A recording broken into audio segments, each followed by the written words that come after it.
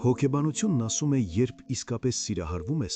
քո անվստահությունները շատ ավելի բարձր են դառնում, քանի որ իսկական սերը քեզ խոցելի է դարձնում։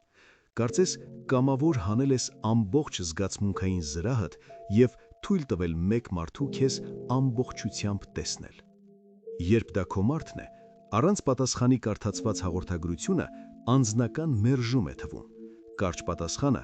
ցուրտ, ձայնի հոգնածությունը կարծես հենց քեզնից են հոգնել։ Որքան ուժեղ է մեկը քեզ համար կարևոր, այնքան ավելի ուժ ունի նա քեզ նույնիսկ մանրուքներով ցավեցնելու։ Եվ դու սկսում ես ամեն ինչ մտքերումդ պտտել. ինչու կետ վերջում, բավականաչափ ծիծաղեց իմ կատակի վրա, գրքահառնությունը շատ կարճ էր, տարօրինակ դադար էր, թե ինձ թվաց։ Եվ հանկարծ մի մանրուք փչացնում է քո ամբողջ օրը։ Իրականում դա նշանակում է մի բան. դու